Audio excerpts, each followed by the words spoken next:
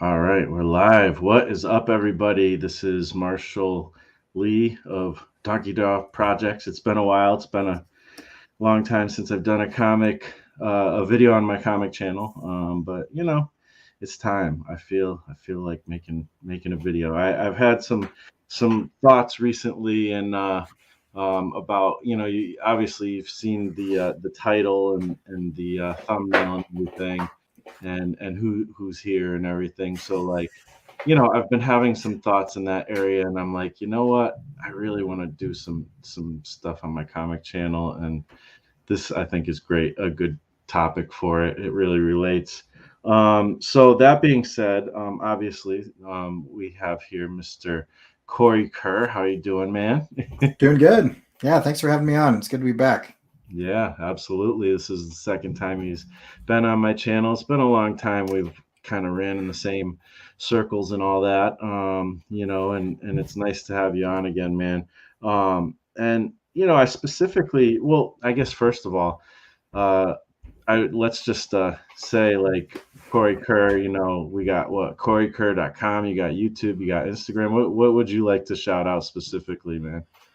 Oh, I'm just wrapping a project, so I don't have anything new to promote. But within the next 2 or 3 weeks, I should launch that. But yeah, if you just follow me on those, I've been meaning to do like an email newsletter or something to get around the algorithms, but I haven't done much with that. But yeah, if you just follow me on Instagram or Twitter or YouTube, those are Yep. kind of the three main ones. And I did post recently a way that you can make sure that you don't miss stuff. So if you already follow me on there but you don't see my stuff, go watch my most recent one, and you can like add it to your favorites, or make sure you turn on notifications or whatever. That's probably the most useful thing that Hmm. people could do if they're already following me.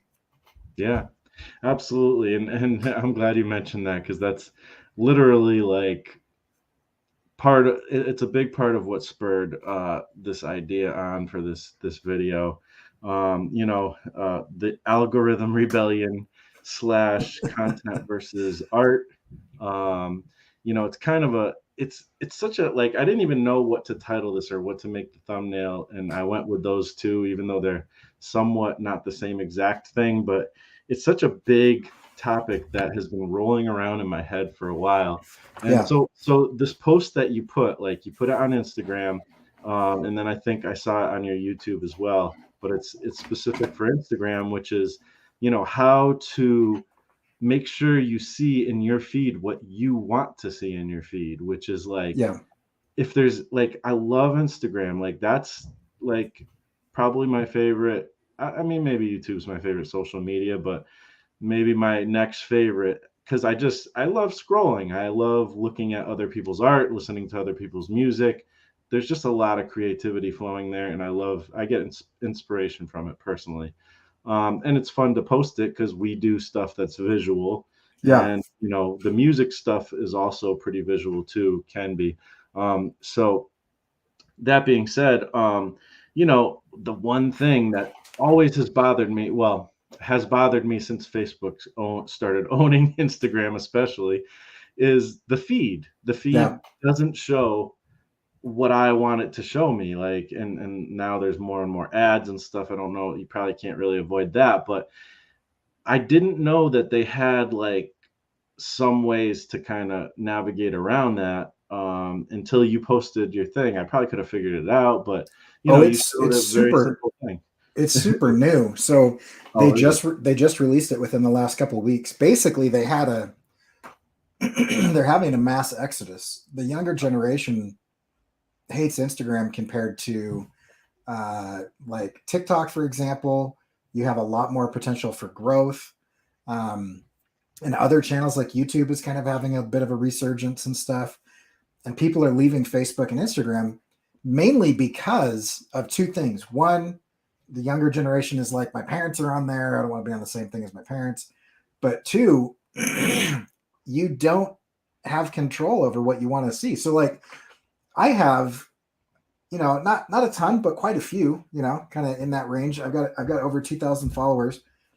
I get almost no engagement when it comes to Mm, posting stuff. But before, when I had fewer followers, around 1,500, and then before Facebook started, they bought Instagram, but then they left it alone for a little while. But then they moved some Facebook people over to the Instagram side of things, and that's when it started to get bad.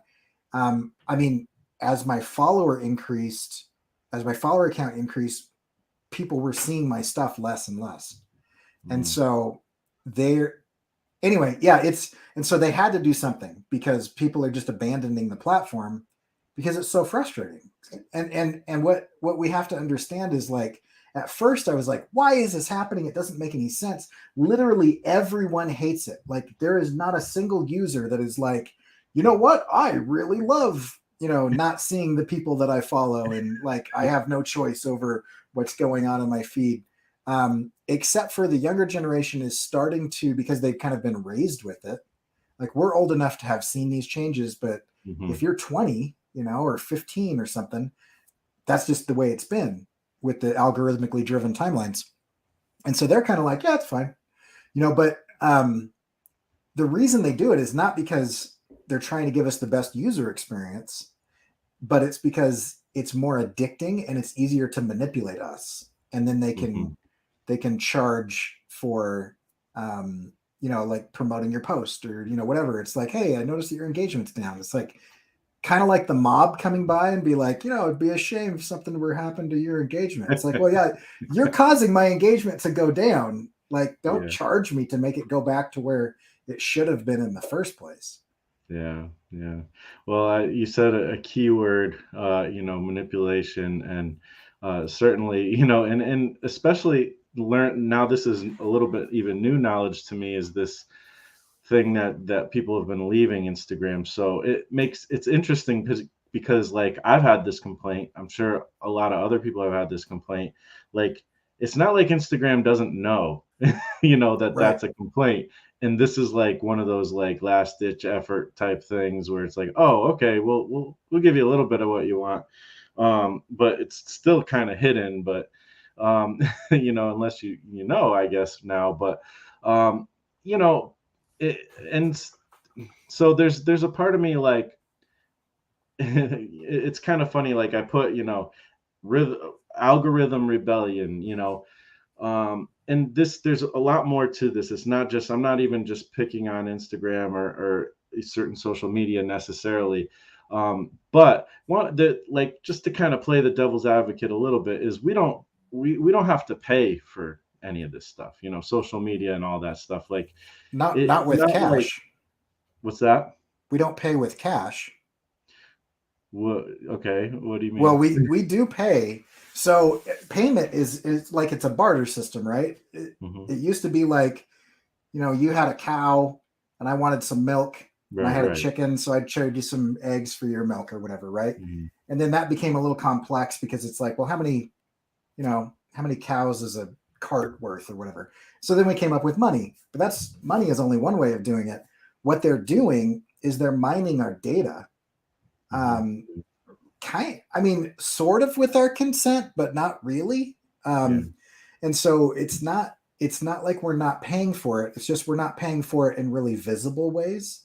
Yeah, no, Um, no, I get that, and I agree. Like but again, like just kind of trying to play a little bit of devil's advocate, yeah. because like, you know, um, when it comes down to it, we are gaining something from the Hmm. experience, the opportunity to have social media environments to do stuff like this, Yeah, that we absolutely. do. I mean, I know I've definitely gained. I have way more friends who are specific to my interests that would have ever had without social media. Like Same. that's a pretty cool gain, I think. Yeah. there's certainly benefits to it. Um, but like you said, I like how you put it, like the mob, like, okay, well, we'll give you this, or that whole thing. Like it's true. And the thing is behind all this is an algorithm, and and a lot of all these social medias there's an algorithm. And when I think of algorithm, I think of this thing that a computer is doing, but it's Yeah. not something that a computer, there's people behind programming a computer to do. Right. So it's literally, like you said, it's manipulation. They're mining our data, you know. And again, it's like I do feel like kind of a little bit on both sides, because it's like sometimes I actually like the fact that the ads that do, I don't want ads to come my way, but the ads that do come to my way sometimes are like perfectly catered for me. Like I Yep. have bought stuff because I'm like, that's exactly what I want. Yep. Like, so I don't know. Yeah. But And I'm the same. I don't have a problem with the advertising. I think that's great. It's kind of like if you look at it in a different way, just since we're playing devil's advocate here, I love social media, and I love that there is this, and I'm the same. I have, like, I never would have met Scott Cirkland or Joshua Kemble or any of those guys that are like some of my closest friends now, and I spend hours every week talking to those guys and stuff. I mean, more than I spend, talking to like friends that I have in real life, because it's more like subject oriented friendship rather than geographically centered or friendship. Um, but anyway, it's so there's huge upsides. So I don't want what I say next to make it sound like it's kind of like if you have a really talented relative that gets hooked on methamphetamines. It's not like mm, you hate them all of a sudden, but you just wish they weren't on meth. yeah, It's like I love them as a person, and I love that they are creating all this cool stuff. I don't like the downsides of having to deal with a meth addict. yeah, And it's kind of the same thing with. It's kind of hey, there's Scott. It's kind of the same thing as if you look at the way that they're interacting with us, they interact with us much like a drug dealer does. And so, like, if a drug dealer comes to you and is like, "Hey, man, why don't you try some of this for free? It's right, just a sample on the house." yeah, They don't have your best interest at heart. They're not doing that because they're nice people, right? They're not doing that because they like you. They're doing that because they're trying to get you hooked on their product. yeah, And so it's the same. It's the same thing with all of the social media channels that have gone to. Twitter is the one kind of exception, mm, um, because they maintain a chronological timeline. But all mm, of the ones that have gone to an algorithmically driven timeline, they're not giving you free stuff because they like you. They're not giving you free stuff because you're their friend or they care about you, or even that they have your best interest at heart. They're doing that because once you get used to using their product, it mhm, becomes habitual. And then once it's habitual, then they start feeding you not the things that are best for you, not the things that you want, not the things that you're there for, but the things that are going to keep you engaged the longest, which are not right. necessarily to your benefit. So they've done What will studies keep where they you on have, their platform? right, yeah. So they've done studies where you have like a 13-year-old girl that signs up for a platform and is interested in health food, and so she goes out and she's interested in health food. Well, somebody that's interested in health food, the algorithm has learned, not because it's evil, but because it's programmed for growth and engagement, not for, health or humanity or empathy or anything. So those two things, growth and engagement, it's learned that the best way to keep that type of user engaged is to teach her to be uh, some kind of bulimic or anorexic. And so it starts showing them the type of content that will hook them. It will cause addiction, and it will cause more engagement and more growth from that user. So they'll spend more and more time. So this person that's interested in eating healthy, it starts to be shown, here's how you can be a bulimic and get away with it. Here's the benefits of anorexia. And it's not that the platform itself has made that decision, but they haven't done anything to stop that type of thing. And so the algorithm is not built to be evil or good. It's not immoral, it's amoral. And Right. it is just built to keep you on the platform longer and to keep you Yeah. engaged and whatever. And they've done studies. The fastest spreading or the most viral emotion is anger. And so if they can piss you off, well, you're gonna, be the keyboard hero and get in there and do your thing and make sure that everybody understands your opinion on the thing. And guess what? They just got you to type out a 2,000-word epistle on something that pissed you off, and you've spent 30 minutes on their platform. And they can Mhm. say, look at the engagement that we have to their advertisers. but it's not in your best interest. It's not like, they're going to go to Marsh and be like, what's good for Marsh today? It'd be good. I'm going to really piss him off and make him hate this group of people over here. Mm, That's the best thing for him personally, but it might yeah. keep you engaged. Oh man.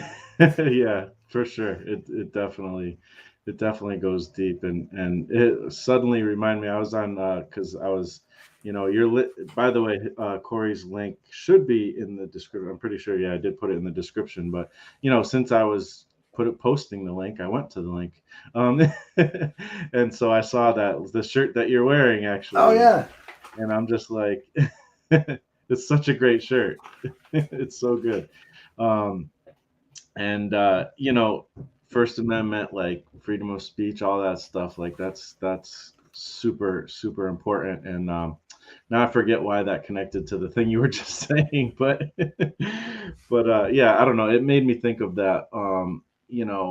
That I don't know, like we need to have free speech for sure, Mm-hmm. but I guess what it made me think of is, like you said, the algorithm is amoral, but it's it's doing logical things within its programming, and it's Right. pushing towards certain things. So it's manipulating, it's Yeah. manipulating, like you said, those kind of inflamed conversations, because that gets engagement.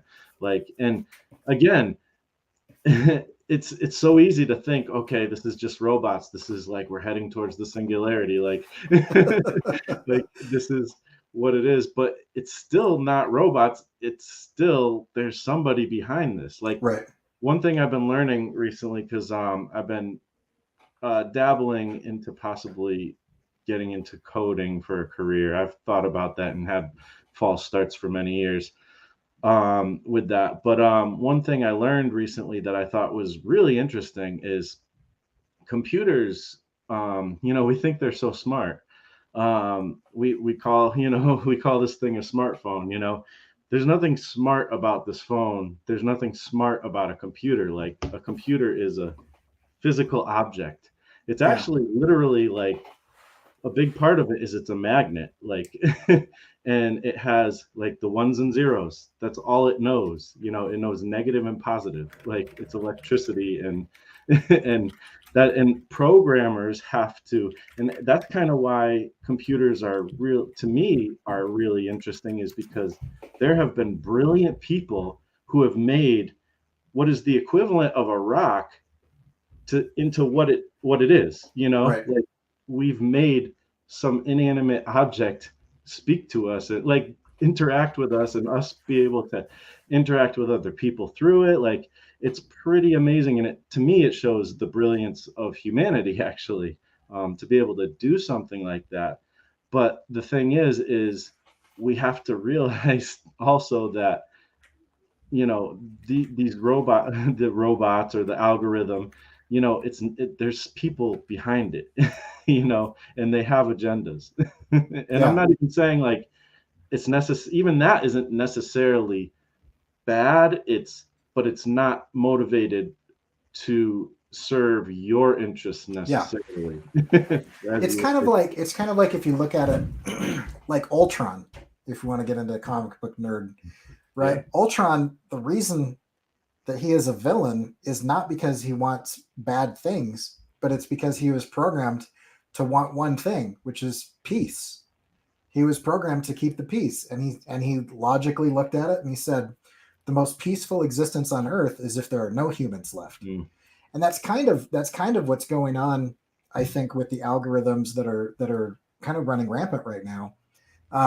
Is I don't believe necessarily that like every single person at Facebook or every person at YouTube is like some racist, bigot, horrible person that hates the right wing or the left wing or whatever.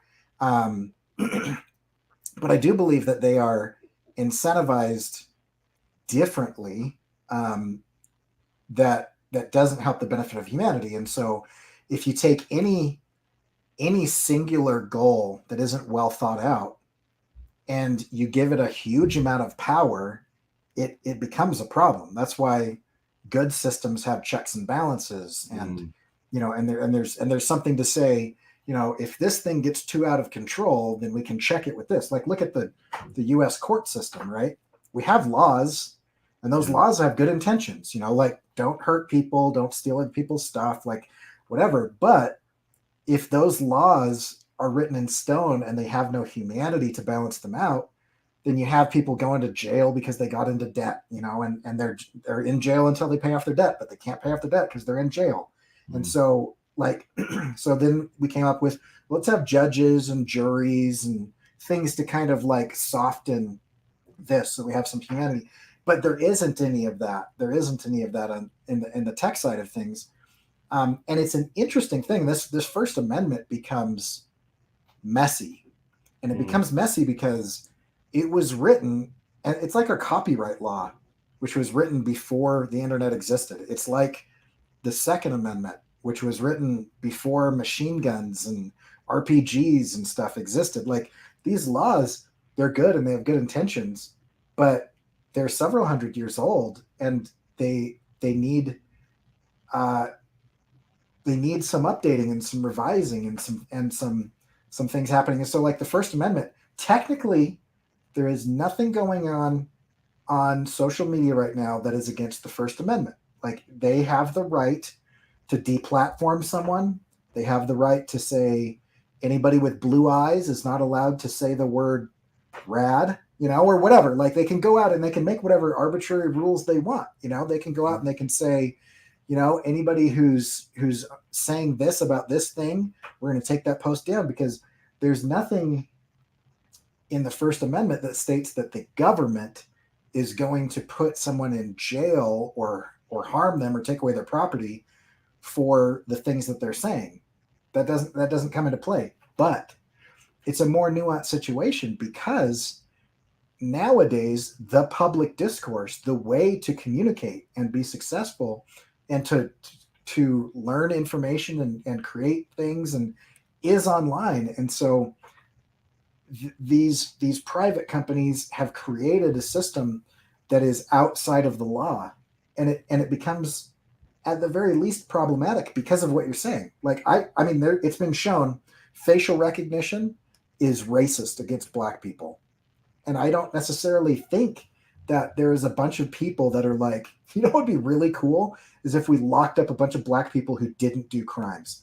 I don't think that was their intention, but I do think that they had their unconscious bias, and they were kind of tunnel visioned in the way that they programmed things, and it works really well for people with light skin, but it is horrifically a problem for people with darker skin. And I don't think that was intentional, but it is a problem, and it is something that needs to be dealt with. Just like speech, I don't think it was intentional to be the way that it is right now, but it is a problem, and it does need to be dealt with. Mm. Yeah. Now, how to I deal mean, with it, that's a whole discussion that could last. I mean, yeah. it's lasted years, and people are trying to Yeah. figure out whether it's antitrust, whether it's updating, freedom of speech. What's happening to journalism right now is horrific, because social media plus advertising plus whatever has made journalism into this really weird space. And I know very well intentioned people that are like, I have no idea who to believe. I just want to know what the truth is. I don't want to look for confirmation bias, but like, every source I look at seems to have an agenda and seems to be driven by interests that that they're feeding. Everything they say follows this interest, and it's because of advertising, it's because of attention, it's because of ratings, it's because of click through, it's because of all of the stuff that is around what journalism should be, which is, let's get the truth out, let's be a check and balance to Hmm. power, Yeah. let's show corruption for what it is. But Yeah. instead, it's like, well, how could we get more clicks or more eyeballs on this show or this paper or this website or this whatever. and Yeah. and those two things aren't the same. Yeah. It's pretty. I think the kind of the micro version of that, which is not that micro, but is just like basic, just like your local news. Yeah. They obviously have stories to get people to watch. Right. So I mean, there's so much to that. Like that whole arena is like a huge topic. And I'm glad we got, it's like we kind of what's really, what a big part of what the problem is. And but I'm always, of course, super curious, like how does this now affect us on the micro level who are just trying to get our comics out, or like our music Yeah, out, or whatever we're making, our animations and stuff like that. And using situation, which in a lot of ways does provide. I mean, I definitely, in no way, shape, or form, would have as much awareness about anything I create if it wasn't for YouTube, especially, but social media in general. Um, I know I wouldn't, and many other people wouldn't. But at the same time, this is actually close to the heart of you know something I've just been thinking about forever. Really, I've talked about it before on the channel, but it's just like this whole thing of like, you know best practices on YouTube or wherever. And like, okay, if you do this and this, you will have a better chance for your video, getting more views. And if you get more views and this and that, and like, there's a lot of stuff that you can do. I know because I've done it. Like, yeah, and I've gotten a lot of views, and it's because of that kind of advice that I've gotten. I right, wouldn't have, like, I implemented that and it worked. Like, and so then though the problem is when I wanted, when I was a kid in high school or wherever, and I was just sitting there in my room on the same table that I have right here, drawing pictures, reading Image Comics, and being like, man, yeah, I want to like make something like that. I want to be a comic book artist. That somebody else is doing that job. Like, I want to do that for a living. Like, how fun would that be? Like, and when I was listening to hip hop and all this stuff, and like, man, I want to make music like that. I love what they're doing there, and this and that. Like, I wasn't thinking about like making, getting attention. I wasn't even thinking about right, like emotion so much. I was just like, I wanted to make art, and yeah, sharing it is a part of it. There's something about creativity where sharing, I think, is also somewhat vital. Also, there's something about that is also very fulfilling. Um, you know, but like, now you have these opportunities presented to you. Oh, if you do this and this, you can get attention. And a thousand true, or 10,000 what a thousand true a fans, thousand true 10,000 fans. Yeah, hours. There's too many thousand little things here. But a thousand true fans, like, that's one thing. And then just like, having a video go viral, and then you'll get more attention, and then you can make your thing that you want to make. But the trap that you get into, and there was I should link this in the description, maybe later I will, but there was a video talking about content versus art that kind of just really got me wanting to like talk about this. But so anyways, it's like, now you're in this situation where it's like, okay, I created a few things that actually got some attention yeah, now, but you're starting to look at numbers and stuff, and it's like, now you're in this like, well, how do I keep that attention going? Like, how right, come this video only got 100 views and this one got 1,000? Like, that kind of thing. And it's like, it's so easy to lose focus on, yeah, but you really just want to create something awesome, right? That's what you yeah, originally wanted to do. yeah, yeah, But now you find yourself creating things that will make the algorithm work for you. right. And it's like a cheaper version of what you would have probably made before. Like, I mean, do you feel that pressure? Yeah, Like, it's such a good point, and I think we all do. I mean, I for example, I have I have a YouTube channel. It's not huge, but it's not small. And I've got most of my videos, get less than 100 views, but I have a couple of videos that continue to get thousands of views every month, and they're up near the tens of thousands, hundreds of thousands of views. I can't remember. I don't look at them, but like I hate making those type of videos. But I look at it and I'm like, the vast majority of my traffic is coming from like tutorial videos on software, which I make out of necessity, but I don't enjoy it. And like nobody cares about the thing, not nobody, but very few people care about the things that I care about. And so it is kind of a bit of a struggle. But Scott Cirkland, who's in the chat, he said to me one time, and this sticks with me all the time. He said, on social media, if you've got 50 people watching a video, it seems like no one's watching your video. But imagine standing in the middle of a town square and 50 people are listening to you for 20 minutes. That's a Yeah. huge crowd of people. Yeah. And so it's kind of like that. But yeah, I mean, I have often thought, like I want to make this thing, and then I've just come to the realization that it's just not going to be popular. I get to choose between doing something I hate for the popularity or doing something that I love that pretty much just I'm going to like it and maybe a couple other people. Yeah. And I went to a conference at YouTube, and or not a conference of YouTube, but a conference about video production. And I bumped into a couple of YouTube experts, and they analyzed my channel, and they said, "You're doing everything right. It's great. You make really good content. You will never have an audience because it's just the algorithm just doesn't want what you're making. There's no way for you to make what you're making popular."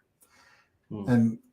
And so I was willing to pay them to like give me the things that I should do specifically for my channel, because that's what they were, as consultants. And as honest consultants, luckily, they said, "We don't want your money because we can't tell you how to be successful with what you're making."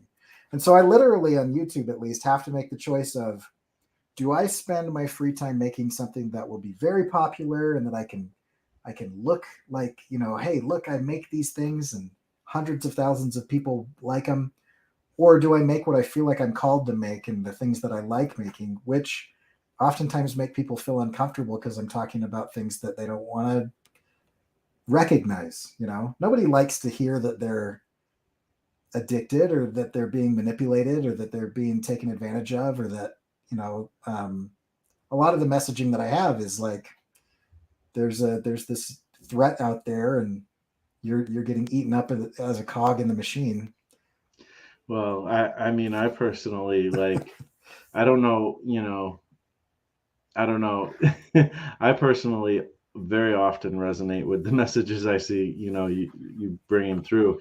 And I think those are important. And I guess that's partially why I thought of you when I was thinking about making this video, because it's like, you know, I mean, one of the things I always remember when I think about like that you've said, or I don't know, you made like a sticker, you've done a few different things, but is the whole thing about do Do things robots can't.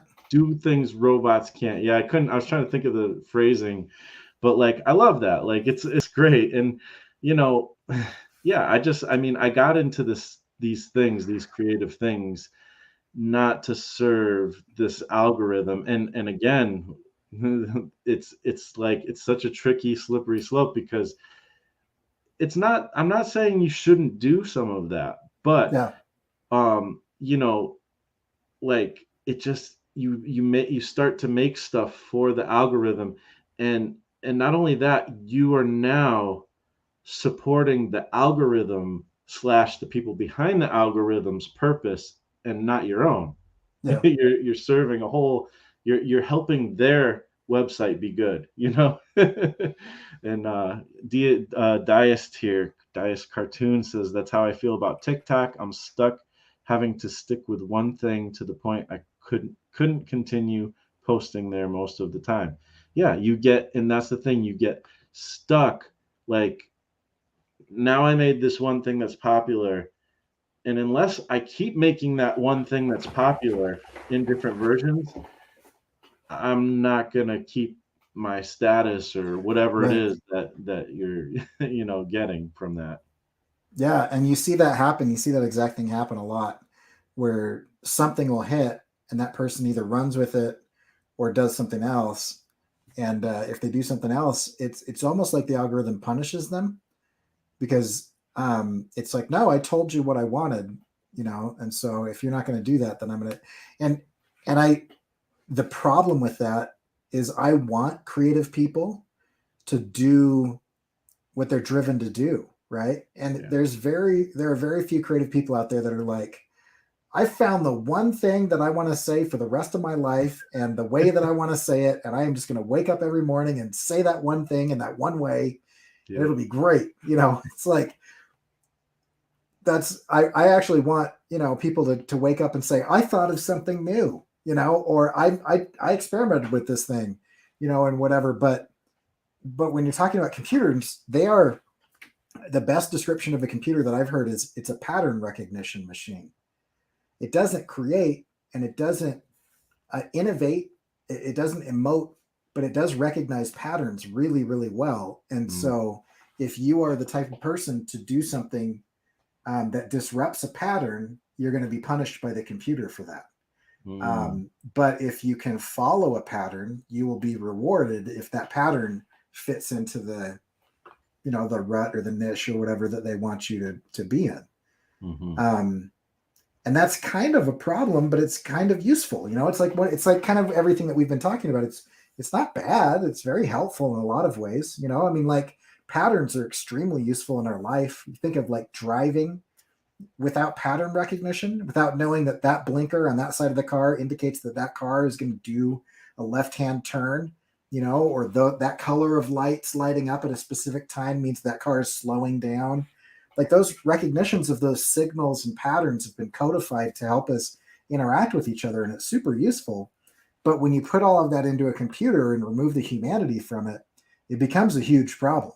And the huge problem is that there's no humanity left. And so you Mm-hmm. remove everything that humanity brings. And that's what I love about, that's what I was trying to get across with my do things robots can't, is I actually think that that's the thing that will be valuable in the future, because anything that can be automated will be automated.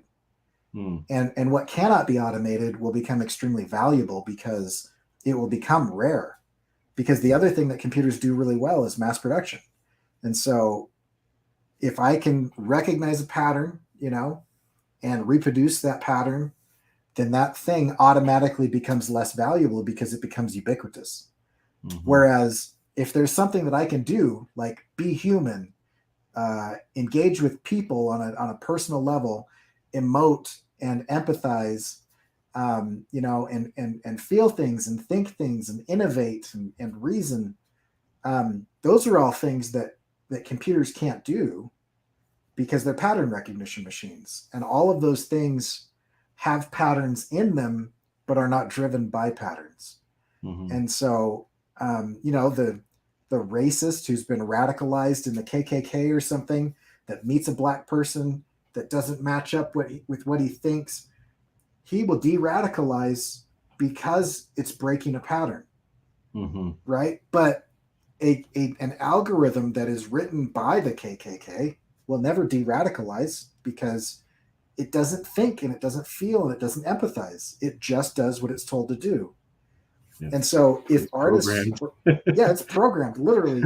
And so if artists want to succeed, what I would suggest is find the thing that makes you rare, find the thing that makes you you, find the thing that makes you fit into your tribe, um, and do that and innovate with it and mess with it and play with it and experiment with it and poke it and prod it and make more of it and do that, because the humanity of that is going to be way more valuable in the future than the mass production of the pattern recognition.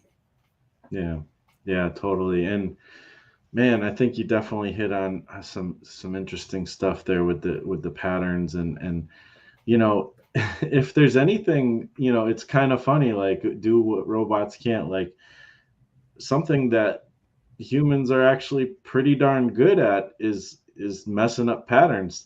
Yeah, yeah, we're like in a lot of ways we're kind of the opposite yeah, of that whole thing.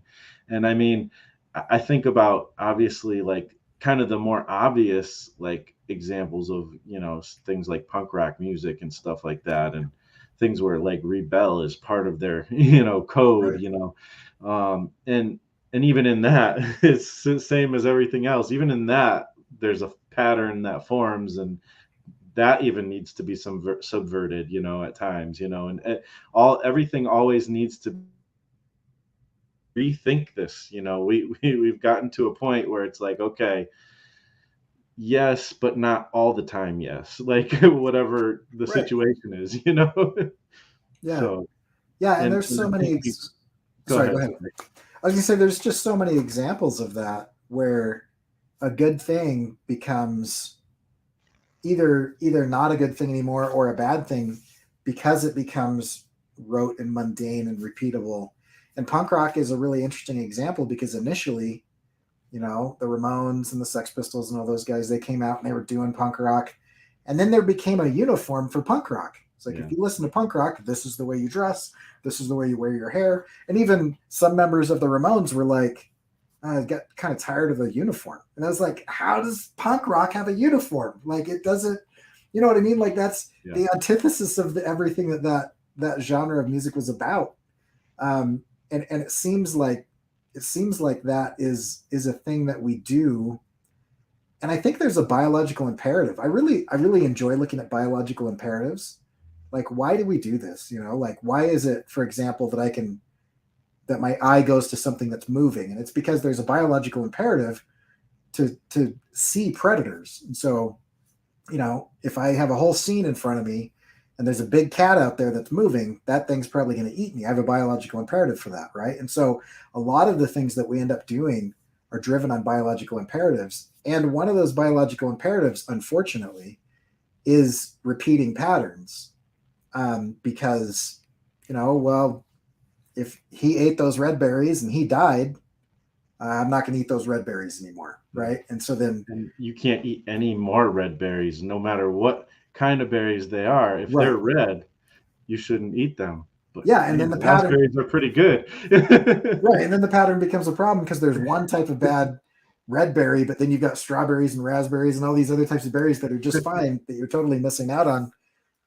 So you're being protected and harmed at the same time by Yeah. patterns, and it's an interesting Yeah, thing. it's like you're definitely right. It's like a defense mechanism. I mean, even confirmation bias serves us to a certain extent, Yeah, exactly. So yeah, yeah. No, it's really interesting. And the psychology of it, too. I think about like with the algorithm and creating that situation where you get into this place where it's like, are you serving the algorithm or is the algorithm serving you? And the algorithm wants you to serve it. Yeah, So, and you, if you don't have, if you're not intentional of, I'm going to use this and it's not going to use me, then you're just going to get caught in it. Like yeah, you really don't have much defense if you're not intentional about it. And maybe that's kind of the key. You know, I think there's a lot of actually good tips. I think one thing that you mentioned, Scott Circlin, I've kind of talked about this too, like, but that whole thing of like having, you know, oh man, only 20, even 25, like only 25 people, looked at my Instagram post, like, but man, if I had 25 people lined up at in a comic shop with signing comics, I would think I'm a rock star. Like, yeah. That's a long line. yeah. Yeah, So it's I mean, like, if you think about it, that's a full classroom of people. Just yeah. 25 people. That's an entire classroom And of and people. you being a teacher, how hard is it to keep a room of 25 people's attention? Like, Yeah, but I think you're exactly right. I think the key is because Fluff the Skunk said something. He said on Instagram I make poems, and it's frustrating because my poems don't get noticed unless I use hashtags. That is super frustrating. yeah, Also, you've got to kind of use the tools, but not let the tools use you. I think that's the key. Is you are using something, right? And so I can't get mad at an ink pen for, putting that black. Like that's what it does. It puts black down, Yeah. If I want red, I've got to use a different tool, or use that tool differently. But if I all of a sudden say, and this is something really interesting about Instagram that I saw recently, how many times do I just, without thinking, make square things now? The ratio of the illustrations that I make Yeah. are just automatically square. I didn't used to do that, Mm-hmm. right? And it's because the main platform that I'm thinking of at the time that I set up that document is Instagram. So it's even worked into the subconscious, right? But at the same time, if I want people to see that thing, I might have to throw down some hashtags and do a little bit of research and try to play the SEO game, because the problem that these companies have is, if you look at the number of videos that are produced every hour for YouTube, it is ridiculous. I can't remember what it is, but it is. There Yeah. are more YouTube videos being made than there are people on the planet. You know what I mean? It's insane. It's just. And so how do you decide what goes where? Because if it was just everyone saw everything, it would be scrolling past your screen so fast that you couldn't read any of it. And so at some point, there's some sort of curation and gatekeeping that has to happen just on sheer volume.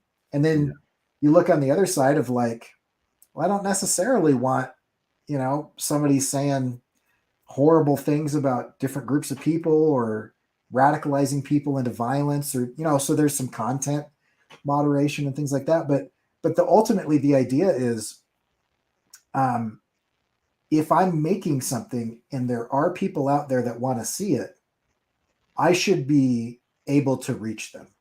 And Mm-hmm. that's my biggest problem with it is, I'm willing to do the hashtag game and I'm willing to do all that stuff and I'm willing to do that. But like, people who actively choose to see my stuff, show it to them. They've made that choice already. Yeah. And that's the frustrating part to me is, I don't expect all 2,000 people that are following me on Instagram to interact with every one of my posts. But when I have 50 or 100, it's like, come on, you're not showing everybody my stuff. And they actively chose to see it. And if they get sick of it, they should be able to just say, I don't want to see it anymore and move Yeah. on. And I'd be totally cool with that. But what bothers me is, it's like we moved away from websites where it's like people would come to your website to see your stuff.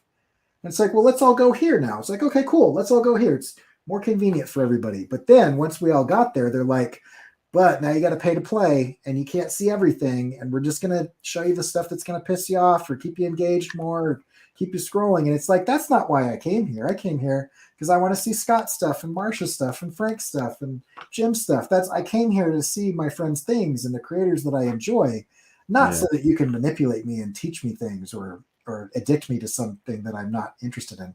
And so I think intent is really important. Just like you said, Mm-hmm. intentionally use the tools, make decisions that you thought about, instead of instinctively do it. I would recommend personally turning off notifications, Yeah. because then you decide when you want to look at Instagram, you decide when you want to look at YouTube. Because Yeah. if you think about it, and this is the scary part, this is where I start to sound like a crackpot Looney Tunes, but we are the dog in Pavlov's experiment. We salivate when the bell rings. We carry around with us a little electronic device that Oh, rings a bell, and we instinctively, without thinking about it, respond to that bell. That is terrifying. The level of control that we give people that do not have our best interest at heart is insane. And so yeah. if like, And then when somebody else's bell goes off that's near you, you think it's you. yeah, and you jump, right?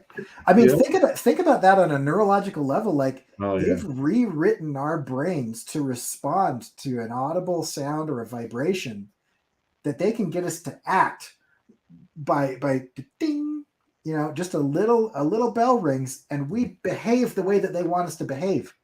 Yeah. That's where I start having a problem with it is, if I'm sitting there and I'm like, you know what I really like to do right now? I want to scroll through some images. I don't think there's anything wrong with that. I think that's fine. If I sit down and I'm like, I want to watch some TV, I think that's great. But as soon as my TV starts grabbing me by the face and saying, you're going to watch now, that is a loss of freedom that I'm not comfortable with. Yeah, I mean, there's a lot of examples of, just, you and I are old enough to, have seen the change from where we're at now to where we were. Like I Yeah. was just having a conversation with my boss today talking about taxes, and he's like, "Oh, I did this and stuff." But he's actually like a decent amount younger than me. And he said, "Yeah, but like he's like, oh, you don't have to pay to do your taxes." And I'm like, actually, no. All you need is to go to the town hall, get a piece of certain, paperwork, and you fill it out and you mail. You need to pay for a stamp. Like you mail it to the Right. government, and then like that's how my parents did it.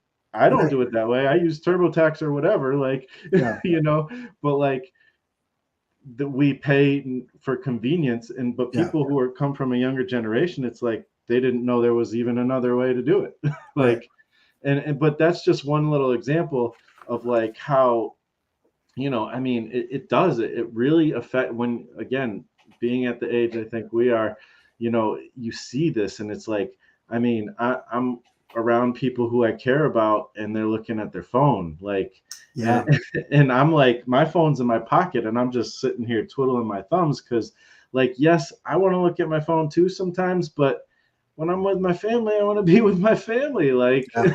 it's important to me, like, you And know. there are many times that I am laying on the ground with my toddler and I realize that I have my phone in my face. Like, what am Hmm. I doing? You know? Mm, And it's hard. And so even somebody like me who's like actively conscious about this type of stuff, it's very easy to do that. And so I really do think making intentional decisions, like instead of beating ourselves up and saying like, oh, I shouldn't, blah, blah, blah, and we shoot ourselves to death, just say, you know what I'm going to do is like when I get home from work, I'm going to plug my phone in my bedroom and I'm going to eat dinner with my family.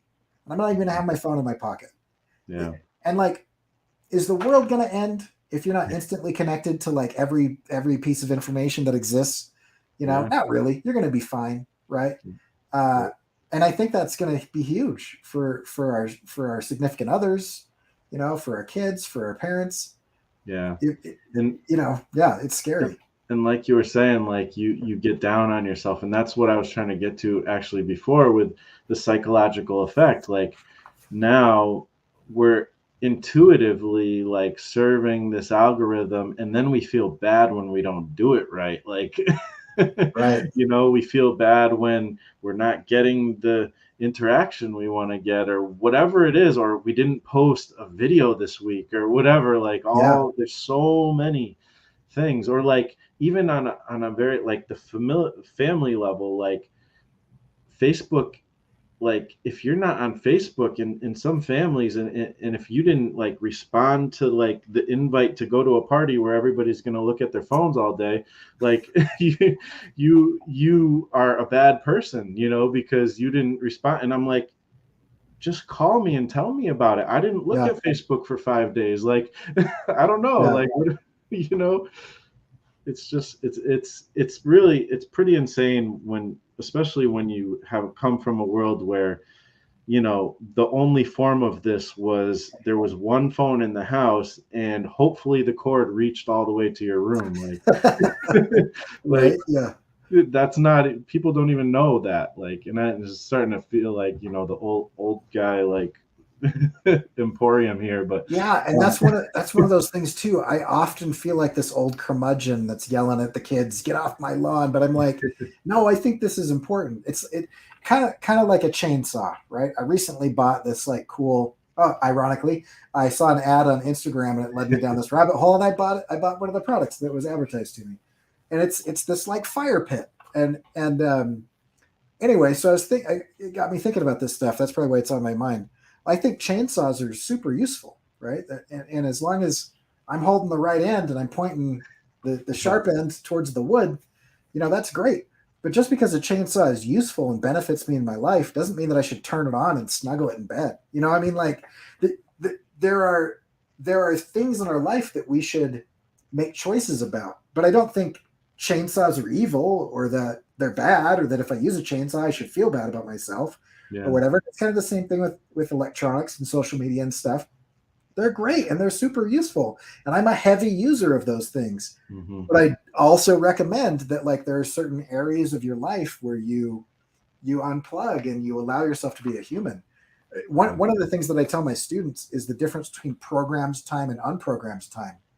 And so programmed time is where somebody else decides for you how you think and feel, right? And so when you watch a movie, when you watch TV, when you listen to music, when you look at an artwork, you know, um, it's programmed time, and it's fine. There's nothing wrong with that, right?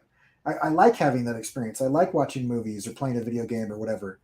But you have to recognize that you're being programmed at that point. Like I can use certain lighting and certain blocking and certain compositions and certain dialogue and musical cues to create an emotion in the viewers in a movie, right?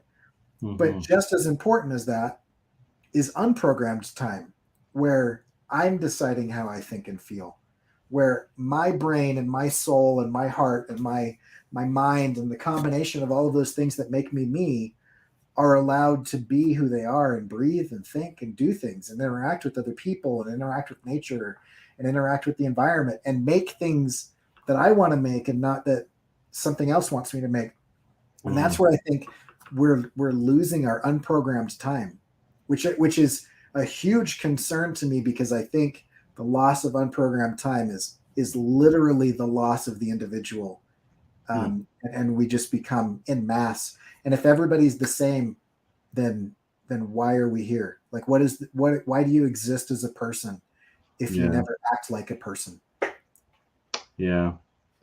Yeah. And it's hard because I don't, I, I don't interact with like really young people very often. I just don't have very young people in my life right now. So I wonder, you know, what like if they're how different they're thinking and stuff like that. And I don't know. I still just kind of maintain my way of doing things, but at the same time, yes, I also obviously am very, very much kind of addicted or very much like you said, a heavy user of some of this stuff. But I don't know. It's interesting to me because like I also see a lot of hints and waves and kind of like the zeitgeist type thing. Like I see that humanity is pretty amazing. Like we have a way of like working things out sometimes, and even on just a intuitive social level, less not super conscious, even like certain things change sometimes, and people there's a sometimes I see a fatigue of certain phenomena that happen because of all of this technology.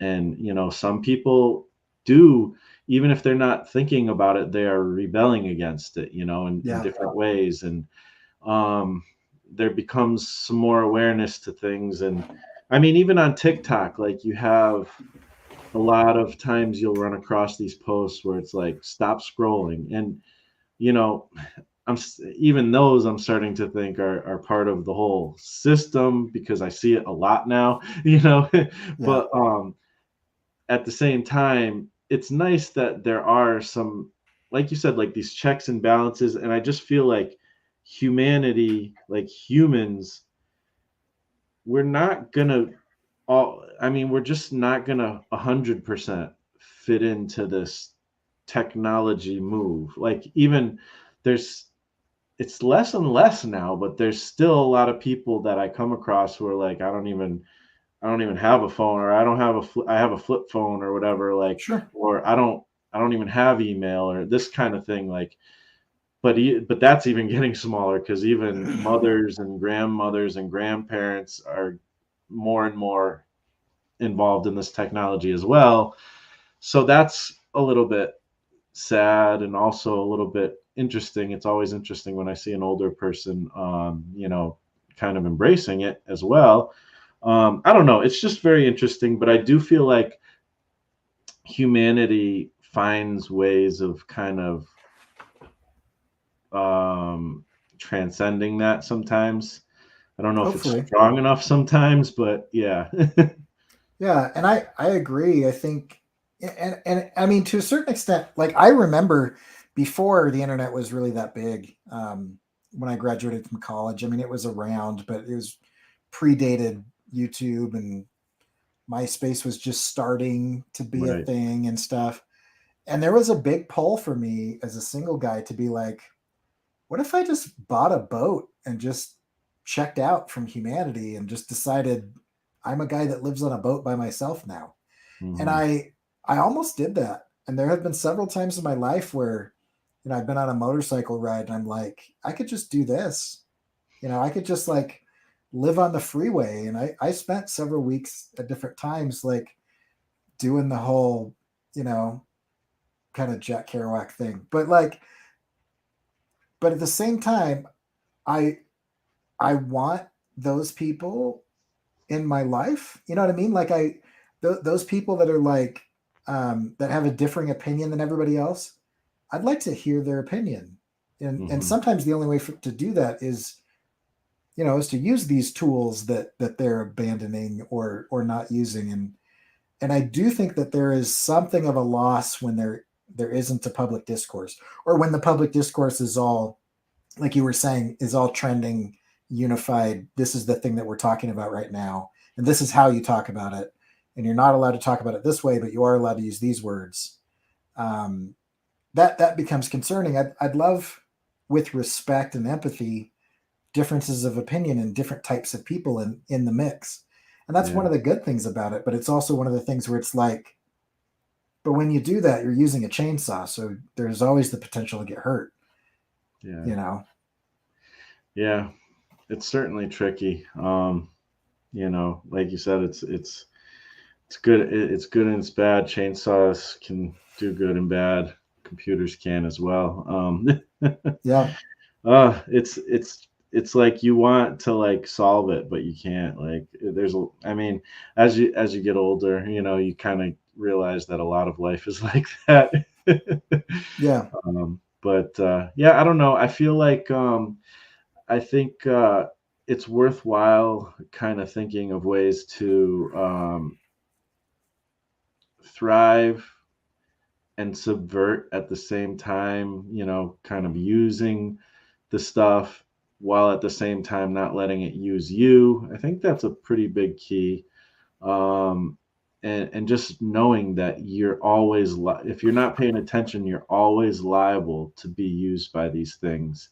Yeah. And it might seem like it's not harming you that much. It's a little here, a little there, but in the long run, there are some significant effects, I think, and especially pertaining to our creative workflows and what we do. Like, just always, I don't know. To me, I feel like always remember what inspired you in the first place. Why did you want to do this in the first place? Yeah. Remember how good it is to just connect with another human being, or share an idea, in a way that, wow, other people were touched by that. I hear stories of people, they put out an album or they put out, a piece of artwork, and somebody writes a letter back to them saying, oh my gosh, you changed my life. Sometimes it's as dramatic as I was on the verge of like suicide. Right. Sometimes it's just like, man, I was going through a really rough time, and this really brought me out of it.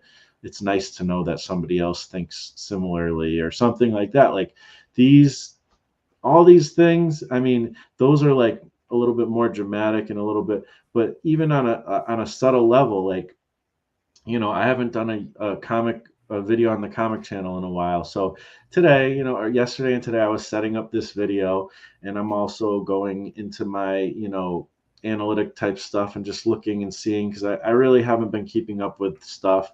So I'm like seeing comments from past videos. Oh, this really helped me. I made my first comic because of this and that.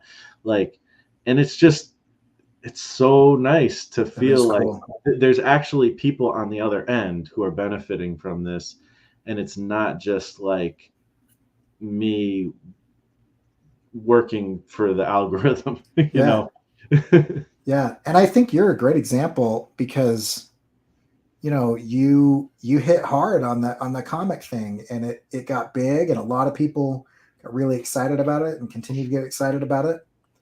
And instead of saying, like, well, I guess I have to do this for the rest of my life, this is who I am now, you're like, you know what else? I'm also going to get into music, and I'm going to start experimenting with Eurorack, and I'm going to do this and that.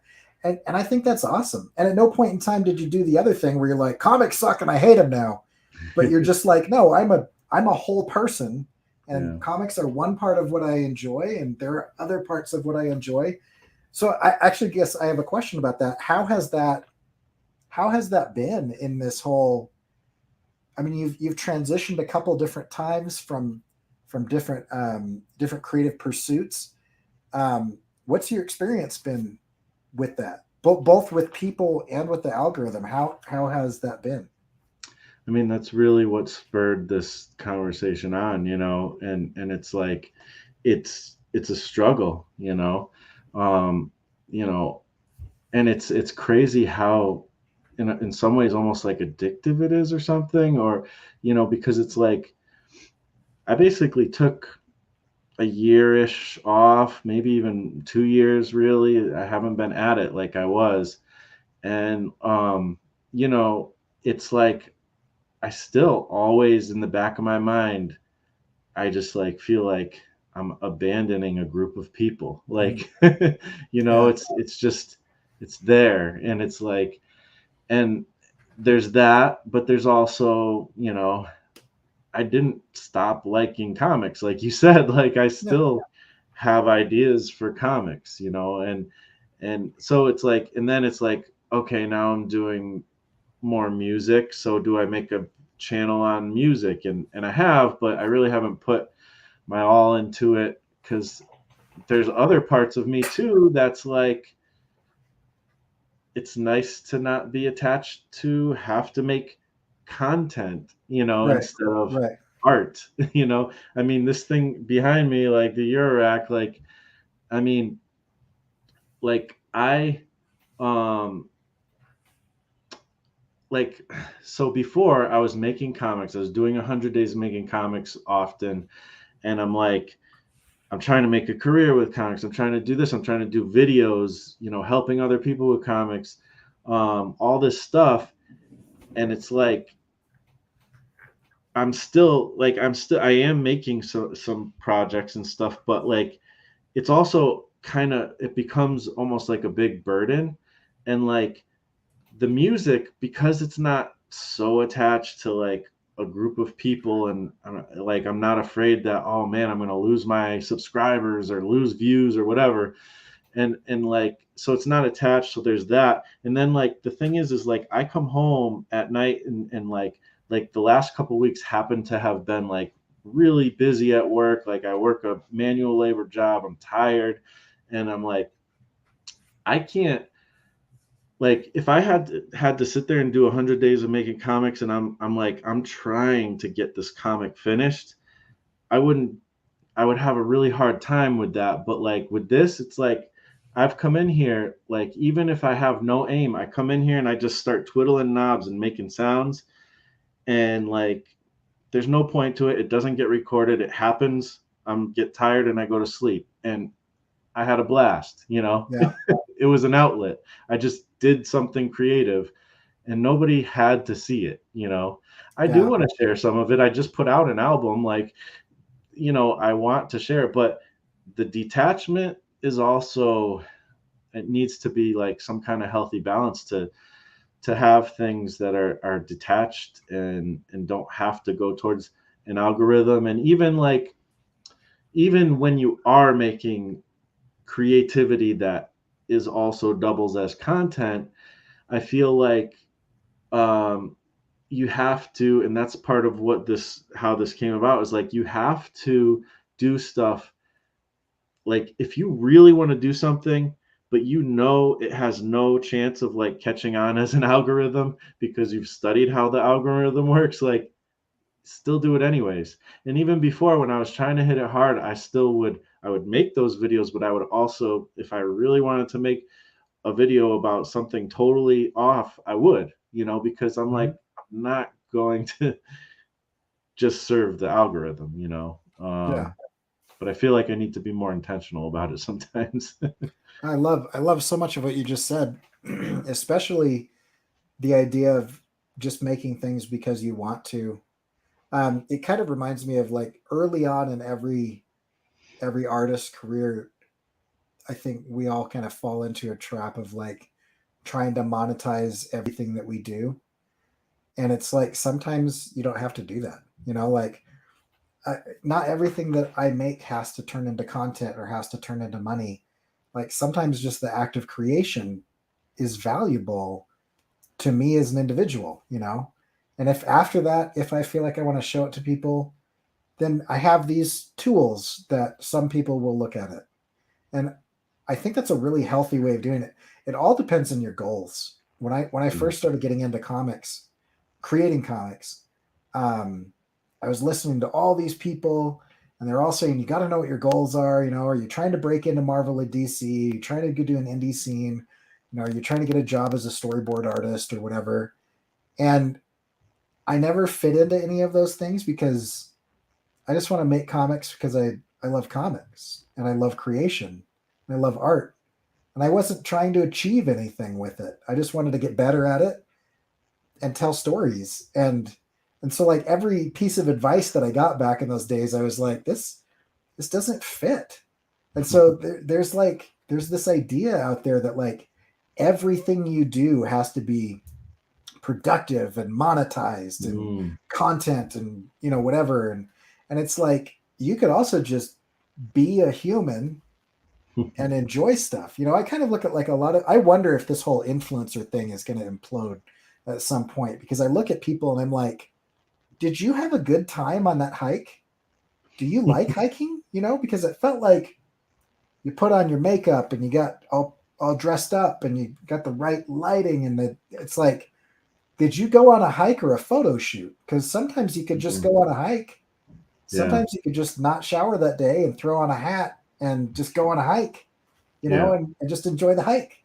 And then yeah, tell people about it later. You don't even have to take pictures. Like leave your phone in the truck and just go swimming, or whatever. Like I look at some of this stuff and I'm like, what a weird society that we've built for ourselves right now, where like everything has to feed this idea of like constant content, and it's like it's kind of gross, mm, like I feel like I haven't really articulated this, so I don't know where I'm going with it, but I feel like there's something vulgar about like everything being sacrificed on the altar of the algorithms. There's something about like sometimes just play with your kid, and don't film it. Sometimes yeah, sometimes go on a trip. Like occasionally just sit and take a nap next to a tree. And like you don't have to tweet about it because it doesn't matter. You just had a nice nap next to a tree, and that's okay. That's a human experience. hmm, And that's not to say I don't think you should never produce content or never tweet things or never take pictures of yourself doing stuff, but it's like just eat a meal and enjoy it. Do you have to take a picture of it? Like I saw yeah, something recently that said the camera always eats first, and I was like, "Oh my gosh, that's so sad." yeah. It's such a weird thing. It is. It's very weird, and I've definitely felt that way too. Like, I mean, and it usually comes up when it's like, I see like a beautiful sunset, and I'm like, man. And the thing is too is like, and just nature stuff. But like the thing is too is like, I run into that problem just being an artist, Yeah. because I'm like, I want to capture that so I can use it in a comic or something, And I think Or- that's good, right? I think the biological imperative of that is community building. Like I'm having a good experience with this thing. I want the people that I love to have good experiences with this thing. And so how do I take this experience and give it to them or something? Like I think there's some value in that. yeah, But then taken like anything else, taken too far, it just becomes weird. Like yeah, sometimes you can just see a sunset and be like, holy crap, that's beautiful, and just enjoy it. yep. And I ran into some of the things you were saying too, like my experience with a few different things. Like, like everything now, anything you want to try to do, well, I don't know about anybody else, but like I immediately go to YouTube and I watch Yep. a bunch of videos and I get all the best wisdom, and it's like it is very helpful, but like you said, like even with putting this Eurorack together, like it was like there was so much opinions and stuff, and same thing, like, what's your goal with Eurorack? Like, that's the key. So many people hit hard on that. Like, that's the Right. key. Like, what is your goal? Like, because this is a synthesizer that you can make into anything you want. But if you're gonna start just wasting money if you don't have a goal. And I was like, I don't really know what my goal is. I really just want to play around with it. Like, I can't wait to get some so I can play with it. Like, and like I kept having people like the advice come from YouTube videos, like, what's your goal? And everybody has that same advice. And I'm like, I don't have a goal. And I still don't really have a definite goal for it, but I love it. Yeah. I enjoy it so much. And it's funny too, within the synthesizer, community, Eurorack specifically, um, you hear a lot of people talk about generative music and you hear a lot of people talk about experimentation. And this is like one of those little cues where I'm like, see, people are getting that fatigue of like all this systematic stuff and Right. they just want to play. Like people just want to play. And I was learning guitar for a little while and I was like enjoying the process of it. And I'm like, I don't really care if I even get good at this. Like, I'm Yeah. just enjoying learning. Like, Yeah. it's meditative. Like, I don't know. Yeah. Play is huge. I mean, when you're talking about creativity, they've done study after study after study that's proved that play is an integral part of creativity. And I mean, if you think about like, just think about kids, right? Like little kids that are like under 4. None of them are like, I wonder if I could turn what I'm doing right now into cash, or I Yeah. wonder how many clicks I would get if, if I filmed this or whatever. They're just enjoying that thing, whatever that thing is, and they are able to enjoy so many different things. It's amazing, and there's a huge loss in our lives when we don't foster that part of our person. Like as an adult, we should be able to just be like, you know what? I don't care what happens with this guitar. It was just fun to just pluck at it and learn a couple chords. And it's just like, who hasn't picked up a guitar and been like, all right, so how do you play Smoke on the Water? Yeah. Like I don't know how to do anything and I can play Smoke on the Water on a guitar because it's fun. Like it's just like, I did that. I did a thing, right? Yeah. And then hopefully sometimes your next thought isn't always like, now I'm going to make a video about it, or now I'm going to, da, da, da. Like sometimes Yeah. it's just like, that was an experience that we just had and it was cool. And that's it. Yeah. That's the end of it. And it just becomes a thing.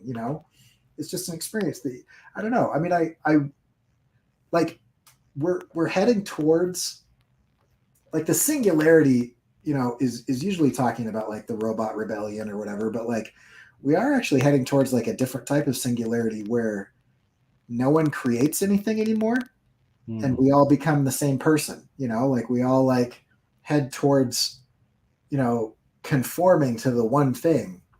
And I hope that there will always be those rebels that are like, I'm just going to play with this guitar and see what happens. I'm just going to build this Euro rack however I want to build it. I'm just going to Yeah. make weird animations with bugs that say things about politics, or whatever. Like you just do your thing, not because you think it's going to do something, but or because anybody else even wants it, but because you just had a good time doing it. Yeah. Yeah. For sure. And so, I think we, need to intentionally have that be part of our life. It's been huge for me. I mean, coming out of, a divorce and all this stuff, like it's a lot of that. A big reason why I'm even on that kick is because it's therapeutic. Right. And so like, yeah, but at the same time, I still have aspirations and goals and desires to Sure. do things with the music and art that are more practical, And I think monetarily, there's, yeah, career wise, whatever. and there's nothing wrong with that. I think that's great, and I hope it takes off for you, and I hope everybody else that wants the same thing, it takes off for them. And I just think it's just like everything else. It's just the balance, Yeah. like the idea is like, I hope nobody walks away from this conversation and says, oh, Cory hates it when people make money off of art or whatever. Cause like, I would love everybody who wants to make money off of art to just make a whole living out of it. But I would hope that when people do that, that they also sometimes draw stuff and light it on fire, or, just like make something that they want to make because they wanted to make it, not because somebody was paying them. Because there's that balance.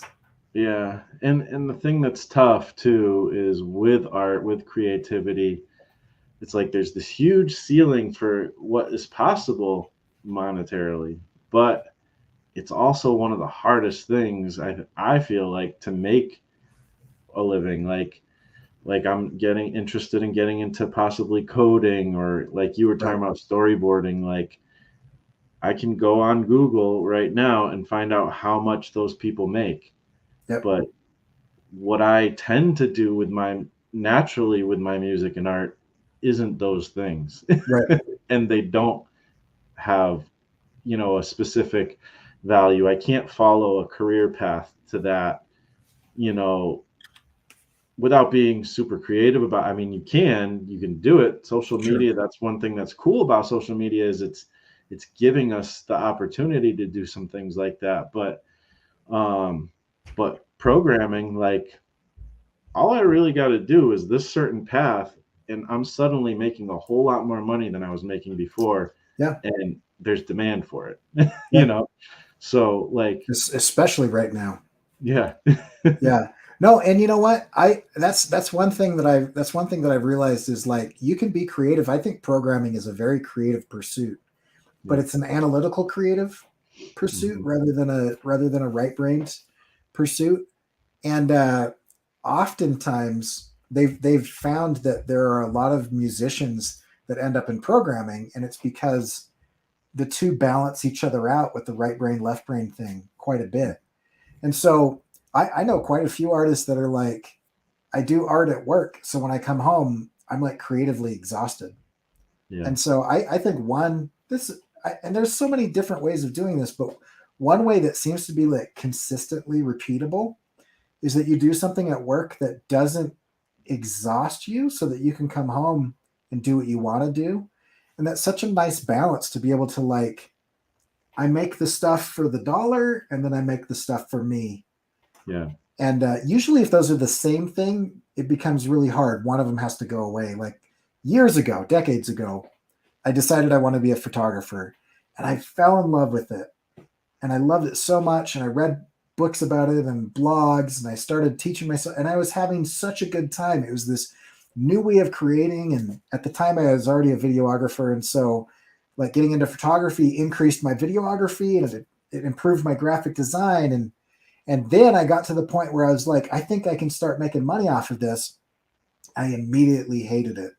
Like Yeah. I shot a couple weddings, I shot I don't know, a dozen or so senior photos and engagement photos. And it, I to this day, I'm really turned off by photography because I went, I went all in and way too hard on, I have to make this thing that I love, make money. And Mm. it soured it for me. Yeah. Luckily, I haven't done that necessarily with graphic design or illustration or animation, but there are definitely times where I've come close, where I've taken money for it, and it started to be like, I love this thing, love this project, And so there's a bit of that balance, Yeah. and like if you can find like graphic design at work and illustration at home, or programming at work and music at home, or something like that, you can have a much better balanced life. I think there's kind of uh, a misnomer out there that if you're not making money at it, it's not valid. And I Hmm. think a lot of people are looking for validation in their work. Like, I want my poetry to be valid. I want my writing to be valid. I want my Mm. illustration to be valid. And it's not valid until I'm making $50,000 a year doing it. The Yeah. fact of the matter is, if you got something out of creating, then it's valid. at the time that you made it. No one Yeah. else needs, no outside force or system or metric needs to validate it. It's valid because you decided that you wanted to do it and did it. Yeah. Yeah, that's interesting too. Um, yeah, I don't know, like the career thing and two is like, and when I think about you in that specific realm, I don't know if I've talked to you about. I feel like I've, but at the very least, I'm pretty sure I've heard it from you that it's like you have a pretty fulfilling career, and Mm-hmm. your art is separate, sort of to a certain degree, even though they're related. But that's like you don't have to make this other thing your career, and that's a Yeah. really good thing. And I think I feel like the reason why I've always had so much pressure, often had so much pressure to make the thing I love into a career is because I really don't like the thing I am doing for a career. Sure. Yeah. And that's a problem, and that's a problem I'm trying to change. And I feel like, if I get into coding or something else that's not manual labor, for the reasons I Yeah. could go on about that, but like um, you know, if I could find something that's relatively uh, fulfilling, then I wouldn't even care. And it gives you the freedom to do the other thing, whether it makes money or not. It's like you're not beholden to having to make money with that. And also, another thing that's interesting is, this phrase like "do what you love and the money will follow," or "do your passion," and things like that. And this relates all to the hustle culture and all that stuff. Like, the thing is I see people who aren't creative in the traditional sense that we, art and music, but there's still, I believe, people are creative anyways, even if it doesn't Oh seem yeah. like it. But I see people get into these career paths, and like a lot of people don't like, there's a big statistics, people don't like their jobs, blah blah blah, but there's a lot of people who do like their jobs. There's a lot of people who, they didn't have a specific aim, but they tried this, tried that. They found out, oh, this is really cool. I feel fulfilled. I feel like I'm doing something here that's of value. And they actually enjoy, and these are jobs like that I would never want to do or enjoy. And I'm like, how could Right. you possibly enjoy that particular field? But they do. And that's what I feel like. There's almost like there's your creative passion, and sometimes that can be your job, but then you can also, at the same time as you have that, you can also find like a lesser passion in Mm-hmm. something more practical, like photography for money. Like, there's people who would approach it like, I'm an artist, I want to make like these beautiful pictures, and like, I want to be a photographer. Then they find out the only way you can make money is doing weddings and like the stuff that is not Right. what you envisioned at all you Yeah. know but then there's another person who approached that career who was like, oh, you can make good money doing that. Like, that's interesting. And all you have to do is like, take pictures, and if I get good at it, and then they start within doing the thing that's practical, the weddings and all that stuff. They actually find beauty in it. They're like, wow, like Mm-hmm.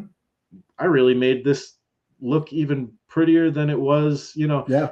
and they start to get like some joy in that. So it's like, I could totally see your thing, because like to me, if I was going to get into photography, it would be the artsy fartsy stuff, like Yeah. Exactly. But I could see somebody following that path for more for practical reasons, but falling in love with it. And it's not. It's just, I feel like there's different kinds of passions almost, like. Oh, I totally agree. Yeah, and there are people, I know people that love weddings. They love going to weddings. They love helping set up the whatevers and build the things. Those people like and enjoy being around weddings. I hate weddings. I just Yeah, find the whole thing to be really annoying for a number of reasons. But I'm kind of that grumpy guy, or whatever. And so for me, it was the absolute wrong thing. But I know hundreds of other people that they really enjoy the spectacle of it and the beauty of it and all of that. And so they're having a great time doing the thing that I hated. It's the same thing. I remember I started out. before college, I was a landscaper, and I felt like for years, like every job that I got, no matter what the job title was, somehow it ended in me digging holes somewhere, in the heat. And I hate digging holes so much. And I remember I was out there one time and I was just digging this hole, being like, I thought I was in charge of this crew. I was on an aquascape crew where we were designing and building waterfalls in people's yards and Wow. stuff. And it was so fun. And yet most of it was actually me digging a hole with a shovel. And this guy from high school drove by and he's like, "Oh man, this is awesome. This is what you do for a living?" I'm like, "Yeah, mostly it's this. Mostly it's me digging a hole." And he's like, "I dug a hole the other day and I thought, I really like this." And I was like, "Really?" And he said, "Yeah, I mean, I think and so then I just started just digging holes and I just really enjoy this guy loved digging holes. It's like the worst thing that I can think of on the planet to do. And he just Wow. was really into it. And he told me why and everything. He had really good reasons. He's like, you visibly see the work that you're putting in as the hole gets bigger and all this stuff. And I was like, dude, you gotta talk to my foreman because you're called to do this thing that I hate. Wow. And so yeah, I That's so think you're right. funny I because think like there's digging holes like is so like because oh, it's awful. you see it in movies all the time like I mean I love Kill Bill. They're digging a hole, throwing the girl in the grave. Like it's like I mean not that I'm that's a good thing, but Right. Yeah, yeah. um, but I'm just like wow, that's an impressive hole. Like Yeah. it's interesting. People dig holes in the beach. I dug a hole like sadly one my cat died one time Mhm. and you dig a hole, you put it in a box, and I dug a hole, and man, I was like, this sucks, and it's taken forever just to get like 3 feet in, let alone Yep. 6 feet and wider. Like, and there's roots and there's rocks, and Yep. like every time I dig, like more's filling back into it, and I'm like, do we have to use the box because it's bigger, and I have to make the hole bigger, like, and I'm like, so I feel your pain, Oh, man, with digging holes. I hate it. It literally has only been maybe the last 15 years where I haven't had to dig holes. Like I remember having an office job and I was like, I've escaped.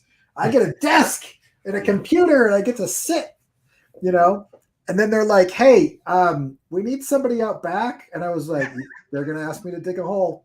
And there I was that day digging a freaking hole in my office job. And I'm like, Oh my it's gosh. going to follow me the rest of my, anyway, whenever I am feeling like I don't like my job, I always remind myself, I am not currently digging holes. So at least there's that. Yeah. And I feel like everybody should at least get to the point in their career where they don't actively hate what they're doing for a living. I think it's kind of a utopia to imagine that everybody's going to get up and just euphorically skip to their job and whistle while they work and be Right. all, whatever. But like it's a hard mental position to be in where you wake up and you're like, oh, I hate this. That's so hard to do every day. And I've been there for years and years and years. And so I hope the programming thing works out for you because I Yeah, I mean, understand that the drain of manual labor. It's hard. I'm at the point like for years now. I've said like when people ask me like what I do or like if they ask me to like lift something, I'm like, well, honestly, I feel like it's my lot in life to like lift heavy things. That's what Right. I do. Like, Yeah. and it's just it's funny, but it's like depressing too. And it's like, I've been doing manual labor my whole life, and it's like I don't mind it. I like being out, like like one of my favorite things is like if somebody wants me to like go like remove a bush or something, I'm like, yeah, let's get the saw. I'm like pulling on things, I'm sweating, I'm getting dirty. Like I dig that. Yeah. Like I could do that, but like I don't want to do it like because I have to do it all the time. And I don't know, like there's certain level where it's like I am a physical person. I like to do that, Sure. but it's wearing on me, and I'm like I have like at this point, and it's also because I've been at the same place for 14 years, so it's like I need to make a change. I almost don't care what it is anymore. Like, and it can't be physical labor again. Like, Yeah. it's like, and it becomes like this pattern. Like, it's like, can I even do anything else? Like, this is all I've ever done. Like, so it's actually a huge leap, but I'm ready to make a change. This area of my life needs to change, but it doesn't, I don't have to force it to be comics or music. Like, Yeah. it doesn't have to be that. If I put that pressure, then I start losing the whole thing that made me want to do it in the first place, and I don't take my time with it and make something beautiful, as opposed to just making something that might sell, like, you know Right. so I don't know. Yeah, no, I know what you mean. I recently was in a motorcycle accident, Yeah, I and heard about that. yeah, I lost the ability to do everything that I used as an outlet. Jeez. I broke my collarbone in two places, and I broke 7 ribs next to my spine, and I punctured my lung, and so I couldn't draw, I couldn't write, I couldn't sit at a desk, I couldn't go on a walk, I couldn't kayak, I couldn't hike. Like it literally like removed my ability. I couldn't even, because of my lungs, I couldn't even teach because I didn't have the breath to be able to like speak for extended periods of time. So there were like a few months where I was just like, so this is what it's like if you don't have a creative outlet. Like I had nothing that I could do. It was awful. And so Oh, I don't wish that on anybody. So yeah, I think you're right. I would try to avoid putting too much pressure on your outlets, because they're important, mentally and emotionally and spiritually. I think outlets are really important for us. And if you put too much pressure on them to do or be something that they don't have to do or be, it can kill them. And it's I did that early on with the photography thing, and I experienced recently what it's like without outlets, and I was like, oh, it's just yeah. awful. And it's so tough because when whatever pressures you have, you get these ideas and stuff, and it's like, and the thing is too, is like, if something you do that is in the creative realm, it within one of those outlets does take off, then it's like that's the trickiest thing, because you're like, oh, do what you love, and the thing, the money will follow. Yeah, I don't But know. then all of a sudden, you suddenly have to do that the right way for the money to follow. Like, so Yep. it's a nice surprise, but then how do you maintain that? And so I don't know where the balance is with a creative career. But it's interesting. It's definitely good to talk about. I think, to be aware of it. I think we should all, be aware of this. I think we should all be more intentional with what we do on social media and with our creativity, and where, just that awareness, like knowing what does each part of these aspects serve. Like you said, Yeah. it serves your spirit, it serves you and your mind, like it serves your psychology, like, and it's okay if it just does that. you know Yeah. Yeah. so, and don't let the algorithm trick you, and don't let people's advice, because again, there's hustle culture, there's, and trust me, I mean, I'm a big fan of like Gary Vaynerchuk and like these other people. Like, I think that there's a huge thing that they're saying, because people don't work hard enough to do certain things, and there is a lot of opportunity out there, Yeah. but you have to find the balance, and you cannot so easy to get tricked into serving things that aren't serving you, so. Oh yeah. Yeah. So, It's a great point. well, I think we had a good conversation about this. Everybody, I see you guys in the chat, and we brought up a couple of the comments, and I really appreciate you guys hanging out. Like, you guys are family to me. And it's just nice to be back in this community. Another point, a little ancillary point I was thinking about earlier was like, I'm coming back here doing videos on comics, and it's like, am I trying to make this work? You know, I might do some more of that kind of thing. But at the same time, it's like, it's okay for me to just come here just to talk to my friends. Like, Yeah. there's nothing wrong with that too, you know? So, and just, I mean, to the algorithm, there's something wrong because it's not serving their pattern, you know, but there's nothing wrong with it. So, Yeah. yeah, And I I mean, mean, really, it seems like there's a lot of people in the chat that are making comics, you know, and so that's mhm, awesome. And I mean, one of the cool things about comics is you got to have something to listen to while you're making them, and so stuff like this, yeah. I love stuff like this because I can. Mm. I mean, if somebody jumped on at the beginning, they could have just drawn for an hour and 40 minutes, Oh, you yeah. know, without, and that's hard to do. So there's still a lot of Times. value in just talking to your friends, I think. Yeah. I've done that so many times listening to things like the Artcasters, you know, and you know, sometimes I have groups where we're just comic friends chatting to each other, and you know, you look down after an hour or two and you're like, I just did like most of this comic page or whatever it is that I'm working on. And the thing is when you're working on it in silence by yourself, you're feeling all the little pain points. But Yep. when you're talking to other people, you're not even thinking about those things that are hard. You're just doing them. Yep. And Yep. it's like a magic trick. Yeah, that's great. Well, I appreciate you having me on. That was fun. Anytime, man. I'd love talking to you, and I'd love to be on again. Yeah, It's good. absolutely. You're absolutely. You're always, you know, welcome. And, you know, if you ever need to promote anything and get the Yeah. algorithm, help in the algorithm, feel free. You know, but yeah, seriously though, if you know, that's what I like to do too, is help other people. Like, not that, I mean, going on other people's shows, I feel like is like, it only has so much effect anyways, but it still gets the awareness out there a little bit. So anyways, yeah, I'm always open to that kind of thing too. So Oh, I appreciate it. Yeah. I think I will come back more again because I miss my friends, you know. Yeah. I mean, if it's helping you, do it. Yeah. I got away from making videos just because I found more value in doing the live streams like this, where I get to talk to people face to face rather than talk to a camera and then edit it. And you know, I've got hundreds of hours of me talking about different topics by Yeah. myself. But stuff like this, I make time for it because it's good.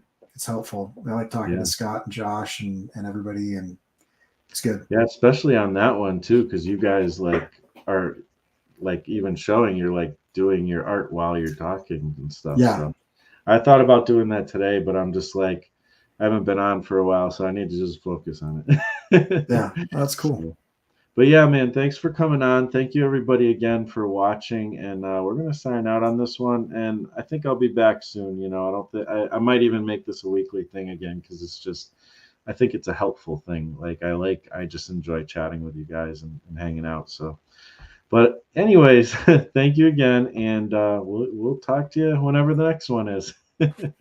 See ya.